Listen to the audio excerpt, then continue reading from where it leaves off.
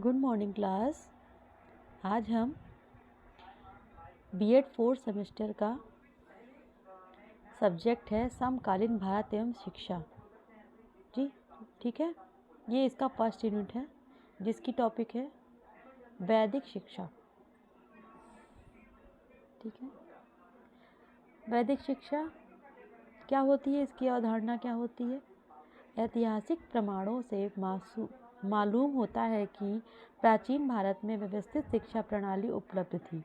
उस समय व्यक्ति के सर्वांगीण विकास, सामाजिक एवं तथा राष्ट्रीय प्रगति और संस्कृति के उत्थान के लिए अनिवार्य है। विश्व जिस समय अपनी आवश्यकताओं में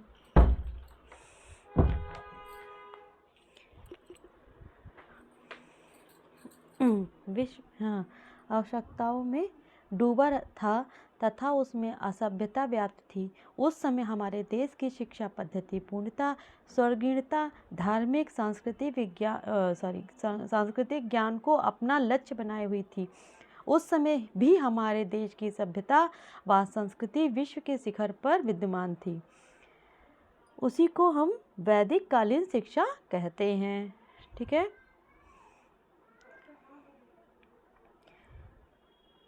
क्या कहते हैं, वैदिक कालीन शिक्षा कहते हैं। अपना लक्ष्य बनाए हुए थे, उस समय हमारे देश की सभ्यता व संस्कृति विश्व के शिखर पर विद्यमान थी, उसी को हम वैदिक कालीन शिक्षा प्रणाली के नाम से जानते हैं या जाना जाता है। वस्तुतः 2000 ईस्वी पूर्व से 500 ईस्वी तक समय वैदिक काल के नाम से जाना जाता था।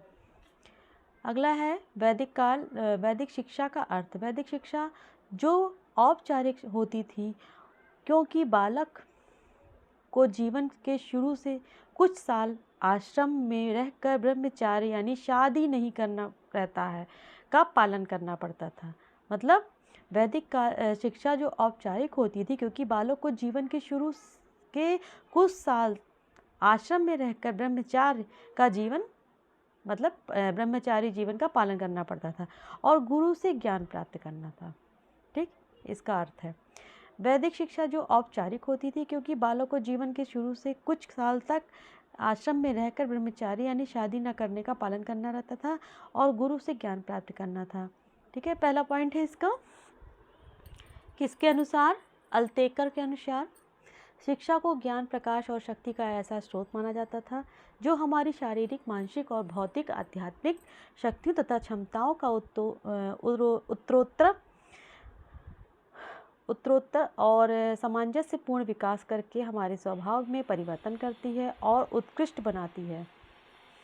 दूसरा पॉइंट क्या है, डॉक्टर F.W. थॉमस के अनुसार भारत में शिक्षा कोई नई बात नहीं है। संसार में कोई भी देश ऐसा नहीं है जहाँ पर ज्ञान के प्रेम की परंपरा से अधिक प्राचीन एवं शक्तिशाली हो। ठीक है, अगला है वैदिक शिक्षा की विशेषताएं क्या है। पहला पॉइंट है शिक्षा प्रणाली।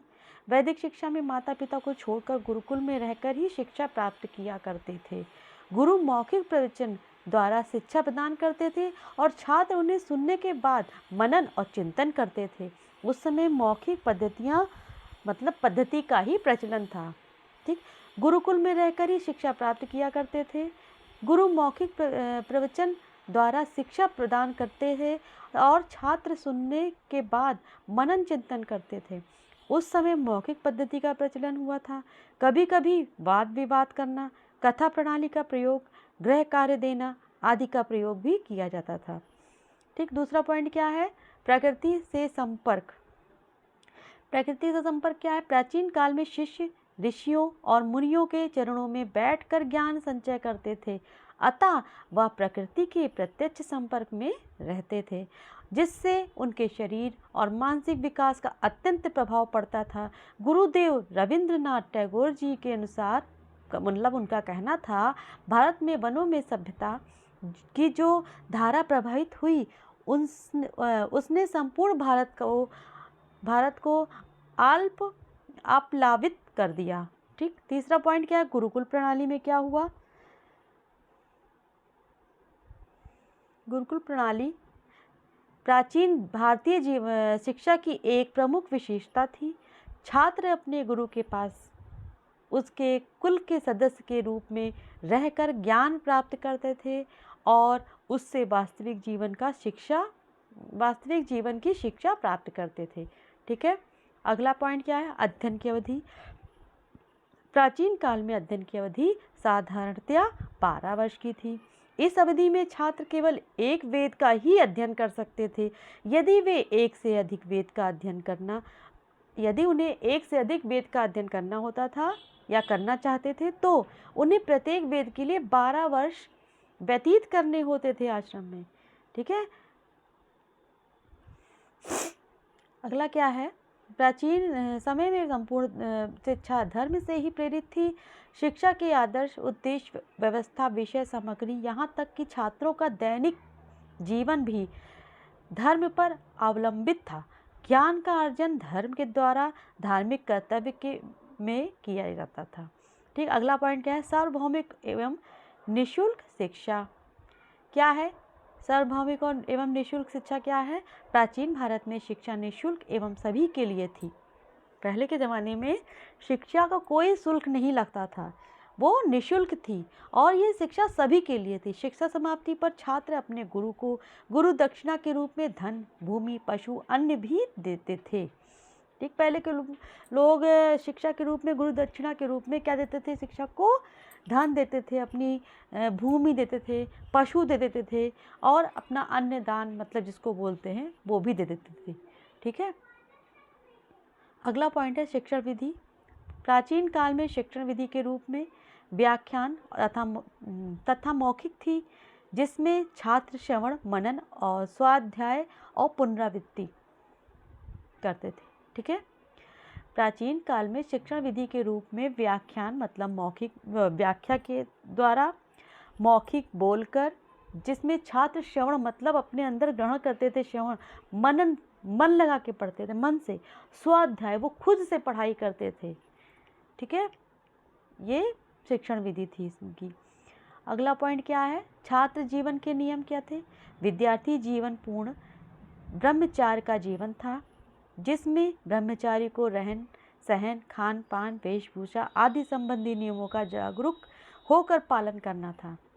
ठीक, छात्र जीवन में एक ब्रह्मचारी जीवन बिताना पड़ता था, जिसमें ब्रह्मचारी को रहन सहन, खान पान, वेशभूषा आदि संबंधी नियमों का जागरूक होकर पालन करना पड़ता था। ठीक, अगला, गुरुकुल शिक्षा प्रणाली में गुरु और शिष्य के बीच अत्यंत मधुर संबंध रहते थे। दोनों एक दूसरे से पिता पुत्र की तरह व्यवहार करते थे। शिष्य गुरु की सेवा करता था, शिष्य के प्रति गुण वात्सल्य भाव रखता था। शिक्षक जिस प्रकार पिता अपना धन, यश, ज्ञान आदि सब कुछ अपने पुत्र को सौंप देता है, उसी प्रकार गुरु अपने शिष्य को भी सौंप देता था। मतलब क्या है? गुरु शिक्षा प्रणाली में गुरु और शिष्य के बीच अत्यंत मधुर संबंध रहते थे। पहले के समय में दोनों एक दूसरे से पिता और पुत्र की तरह व्यवहार करते थे। शिष्य गुरु की सेवा करता था, शिष्य के प्रति गुण यानी गुरु वात्सल्य भाव था। जिस प्रकार पिता अपना यश, धन, ज्ञान आदि सब कुछ अपने पुत्र को सौंप देता है, उसी प्रकार गुरु भी अपने शिष्य को सब कुछ सौंप देता था। अगला क्या है? वैदिक शिक्षा के उद्देश्य क्या थे? पहला क्या है? स्वास्थ्य संरक्षण एवं संवर्धन, ज्ञान का विकास। दूसरा पॉइंट, नैतिक एवं चारित्रिक विकास। अगला, आध्यात्मिक उन्नति। अगला, सामाजिक एवं राष्ट्रीय कर्तव्य का बोध एवं पालन। अगला, जीवकोपार्जन एवं कला कौशल की शिक्षा। ठीक, ये सारी चीज़ें एक वैदिक शिक्षा के उद्देश्य हैं। ठीक है, अगला पॉइंट, वैदिक शिक्षा की प्रणाली के दोष क्या हैं? ब्रह्मांडीय शिक्षा प्रणाली अपने दोषों के कारण भारतीयों की आवश्यकताओं को पूर्ण करने में विफल हुई और उसका पतन आरंभ हुआ। वे निम्न दोष हैं। पहला क्या है? शिक्षा राज्य का उत्तरदायित्व नहीं है। आय के निश्चित स्रोत एवं भिक्षाटन, ठीक। तीसरा पॉइंट है व्यवस्थित पाठ्यक्रम नहीं रहता था, रटने पर बल दिया जाता था पहले, अव्यवस्थित पाठ्यक्रम था, कठोर अनुशासन भी था। ये सारी चीज़ें इसमें दोष है इसका, ठीक। जन शिक्षा का अभाव, स्त्री शिक्षा की समुचित व्यवस्था का अभाव, ठीक है। तो प्यारे बच्चों, आज मैंने आपको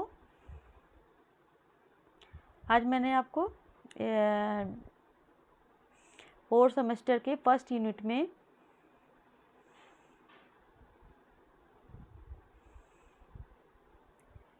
शिक्षा प्रणाली के बारे में मैंने बताया आपको, ठीक। यानी जो वैदिक शिक्षा थी, इसी शिक्षा, वैदिक काल था, वैदिक जो होता है उसी शिक्षा प्रणाली से सब कुछ आता है इसमें, ठीक है। आगे का हम सेकंड यूनिट हम अगले वीडियो में बताएंगे। बाय।